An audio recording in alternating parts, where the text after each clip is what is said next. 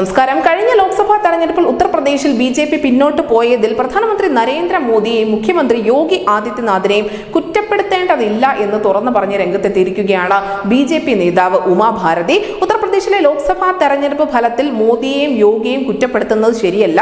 1992 December 6 Babri മന്ദിരം തകർത്തതിന് ശേഷവും BJP പരാജയപ്പെട്ടിരുന്നു. ഇതൊക്കെയാണ് എങ്കിൽ പോലും ബിജെപി അയോധ്യയിൽ രാമക്ഷേത്രം എന്നുള്ള സ്വപ്നം ഒരു കാലത്തും ഉപേക്ഷിച്ചിട്ടില്ല. അയോധ്യയെ ഞങ്ങൾ ഒരിക്കലും ഒരു വോട്ട് ബാങ്കായി കണ്ടിട്ടില്ല. അതേസമയം ഓരോ രാമഭക്തനും ബിജെപിക്ക് വോട്ട് ചെയ്യും എന്നുള്ള ഒരു അഹംഭാവം നമുക്ക് ഉണ്ടാകാൻ പാടില്ല. നമുക്ക് വോട്ട് ചെയ്യാത്തവർ രാമഭക്തരല്ല എന്ന് കരുതുകയും അരുത്. ഇത് ചില അശ്രദ്ധയുടെ ഫലമായി മാത്രം ഉണ്ടായതാണ്. അതൊക്കെ തിരുത്താവുന്നത് മാത്രമേ ഉള്ളൂ എന്നായിരുന്നു ഉമാ ഭാരതി നടത്തിയ പ്രതികരണം. എന്തായാലും ഉമാ ഭാരതിയുടെ ഭാഗത്ത് നിന്നും വന്ന ഈ വാക്കുകൾ ഇപ്പോൾ ദേശീയ തലത്തിൽ തന്നെ ചർച്ചയാവുന്നുണ്ട്. നമുക്കറിയാം, ഈ ഉത്തർപ്രദേശിൽ അയോധ്യ രാമക്ഷേത്രം പ്രത്യേകിച്ചുള്ള ഒരു നേട്ടവും ബിജെപിക്ക് മുൻകാലങ്ങളിൽ നേടിക്കൊടുത്തിട്ടില്ല. അതുകൊണ്ട് തന്നെ അയോധ്യയിൽ ബിജെപി പിന്നോട്ട് പോയി എന്ന് പറയുന്നതിൽ വലിയ രാഷ്ട്രീയ മാജിക് ഒന്നും നടന്നിട്ടില്ല എന്ന് തന്നെ വേണം മനസ്സിലാക്കാൻ.